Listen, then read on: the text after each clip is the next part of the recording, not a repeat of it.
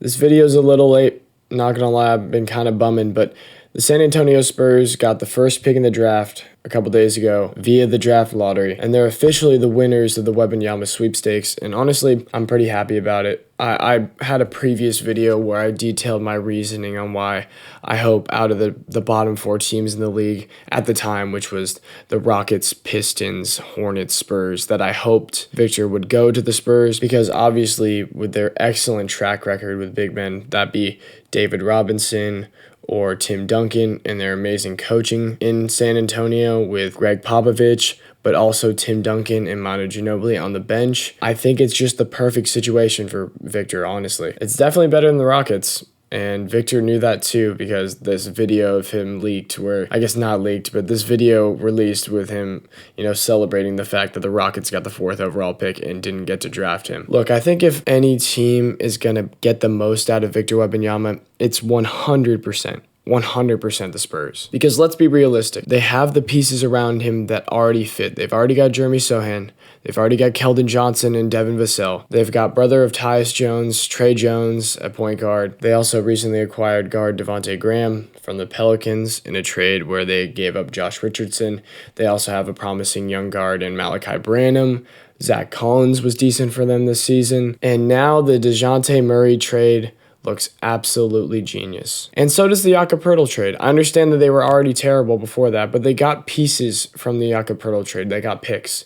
It was essentially insurance in case they didn't get Victor in this draft. But now going all in on this tank thing looks great for the Spurs. I mean, I get they've sucked for like 3 years and haven't made the playoffs in 4. But, I mean, you got the most sought-after player in all of basketball since LeBron James. You have Woj on national television talking about how you're the best player he's seen or the best prospect since high school LeBron James.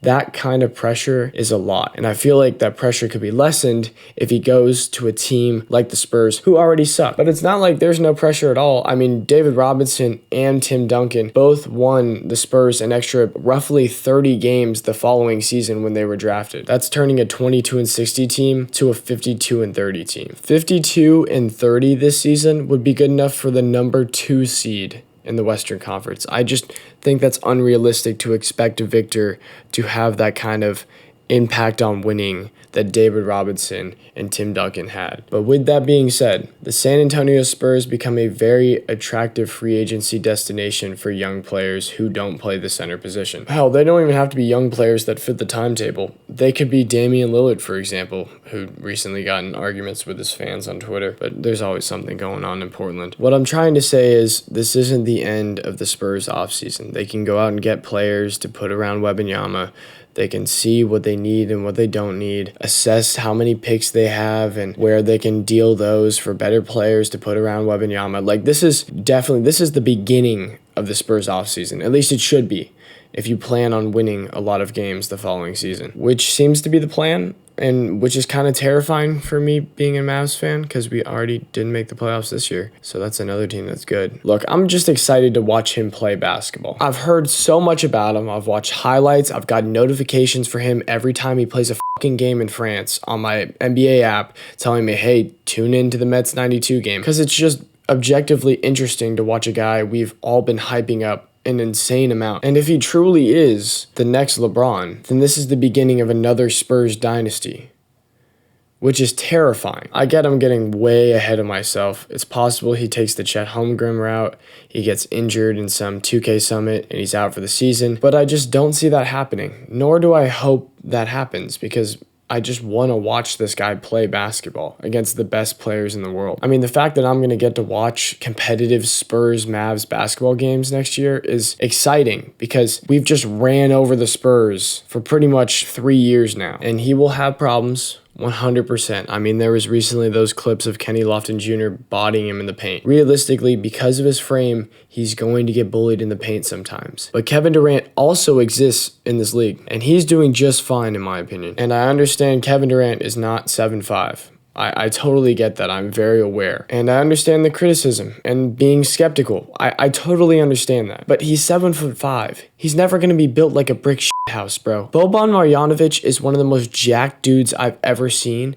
And you look at him on a basketball court and you're like, yeah, he's pretty skinny. And then you look at him in promos and videos and stuff, and the man is yoked. Like, absolutely yoked. Now, I know Boban is not exactly the best example because Boban never moved like that, and his knees just give out on him eventually. He can only play like 5 minutes, 10 minutes, 15 minutes a game, and then he has to go rest. But if he could play the entire game, he's technically the most efficient player in basketball of all time. So imagine giving that kind of Kevin Durant athleticism to a guy who's Boban's height and he moves like a guard. And I understand that I'm taking a very positive route in this video. I'm being overly optimistic, some would say. But I'm saying all of this and being overly optimistic because I hope he's just as good as the people advertise, because for his sake, he's going to get absolutely ridiculed in the media more than he already is right now if he doesn't live up to his hype. And I get his bar for success is so astronomically high. Like, people are already like, he's the best player since LeBron, so he has to be in the Hall of Fame.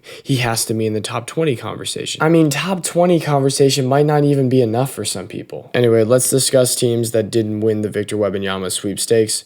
The Hornets got the second pick so they can decide between Alabama's Brandon Miller or G League Ignite's Scoot Henderson. And honestly, I feel like this is an obvious decision, but I also don't know what I'm talking about when it comes to draft prospects. Brandon Miller has had that controversy at Alabama with that gun leading to that woman shooting. So it might be some seriously interesting conversations that are being had behind closed doors right now. And then I saw an article the other day about how he's out of shape and his interviews aren't going very well. And I just feel like the Hornets are not going to take that kind of big risk, even though technically he is the player that would fit the Hornets roster the best because they do need a wing that isn't Gordon Hayward. But the reason why the Warriors missed out on LaMelo Ball is because they drafted position. You just have to take whatever the best prospect is on the board in this situation, and that's Scoot Henderson. I understand that the fit might be a little awkward next to LaMelo, but a quote-unquote dual guard lineup in 2023 is totally feasible, especially since LaMelo is 6'7" and Scoot Henderson is 6'3". They are not short guards, and Scoot Henderson's comparisons are prime Russell Westbrook and Derrick Rose, so ultra athletic, and I feel like you can make it work. If there's enough star power here, they will make it work. They will make it be just fine. But also, you gotta understand what kind of franchise we're dealing with here. The Charlotte Hornets are one of two teams that have never made a conference finals before. Never made a conference finals, let alone won a conference finals. They've never even made a conference finals. So if you are going to draft Brandon Miller, you better be sure that he's going to be the piece you need to be able to at least be a play-in team next year. Because you can't keep convincing your fans to be fans of your team if you suck literal ass. Like, if you're just always terrible.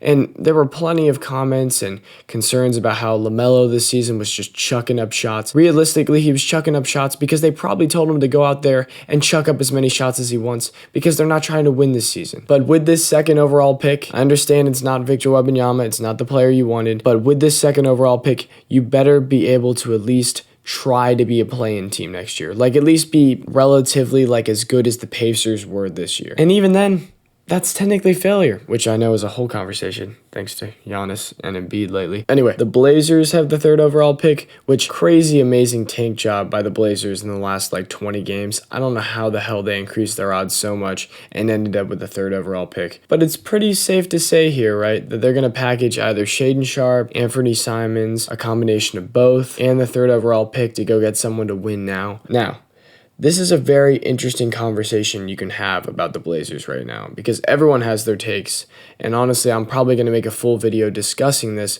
so I'm not really going to go into too much depth here, but you have to really wonder if you draft Scoot Henderson at the third overall pick, right, or if you draft Brandon Miller. And respectfully, Damian Lillard does not fit the timeline at all anymore. Does trading Anthony Simons and Shaedon Sharpe, two players that could be very, very good in this league, and a pick that could potentially be either Brandon Miller or Scoot Henderson, for a player to win now, is that short-sighted? Yes, it obviously is short-sighted. It's very short-sighted. But you almost have to if you're the Blazers organization because You've dug yourself in this hole so far. You haven't traded Dame for so many seasons, and he's been loyal for so many years that you almost owe it to him to put a roster around him to at least compete for the last few years of his career. I do think it's a very interesting situation that's going on up there, and I think it's very, very unlikely that the Blazers use this pick to draft any sort of player that's going to be on a Blazers roster next year. Now, the Rockets fell to the 4th pick, which if you're Houston, you're not very happy about, but technically you owe your pick next year to whatever team, I forget, and I'm not going to look it up, but there's no benefit to being bad next year, so you got to make some big moves. And if that's the case, I think this pick as well is also on the move, especially if you want to bring James Harden in, because James Harden is not going to win you shit in the NBA anymore. I mean, we watched that with the Sixers for, a year and a half now, and he had 9 whole points in an elimination game in the playoffs, and then got Doc Rivers out of there, and is now threatening to leave for the Houston Rockets. Not only that, but James Harden is going to want his full contract this year, because James Harden sacrificed something last year. He sacrificed a bit of his contract so the Sixers could go and get PJ Tucker. That was essentially his reasoning. But if we're going to still lose in the second round anyway, if I'm James Harden, why the f*** am I giving up that money? It's money that technically belongs to me, but I'm giving back to the team in order to win more games. But if we're just going to lose in the second round anyway, since apparently Philly is allergic to winning a game past the second round, and if that really is the case, if the Sixers really can't win, if I'm James Harden, I want every dollar that's owed to me. And if I can't get in Philly, I'm going to the Rockets, and the Rockets are probably going to be extremely mid if they can't get someone else to put around James Harden, or maybe even be better than James Harden himself. But who is going to be that player? Like, who is available this summer? We have no idea. Pistons fell out of the top 4 and entirely out of the Victor Wembanyama sweepstakes, as they ended up at number 5 since the Blazers moved into the top 4, and that sucks if you're a Pistons fan. And I saw a lot of Pistons fans complaining like, oh, we never get any pick. Like, they didn't pick Cade Cunningham 2 years ago at number 1 overall. And I get Cade Cunningham is not the same prospect as Victor Wembanyama, but they're still getting picked at the same draft pick. You just happen to get the number 1 overall pick in a year where the talent wasn't as good as it is this year. But whatever, that's all I'm going to really discuss. The Mavs kept their pick, though, which is awesome. I totally thought we were going to get screwed, especially since we'd already gotten fined. I was like, they rigged this thing anyway, so I thought we were going to fall to the top 10. But we didn't. Thankfully, we kept our number 10 overall pick, and we definitely won't be using it this year. We'll probably trade like Davis Bertans and JaVale McGee for something. I don't know. It's not my job. Nico Harrison, please pull off a miracle. That's pretty much all I got. Have a good one. They got some good golf courses out there in Denver. Hey, Peyton Manning, I'm calling you. And that counting the Lakers out, though, like that? Hell yeah. Guaranteed then. Guarantee.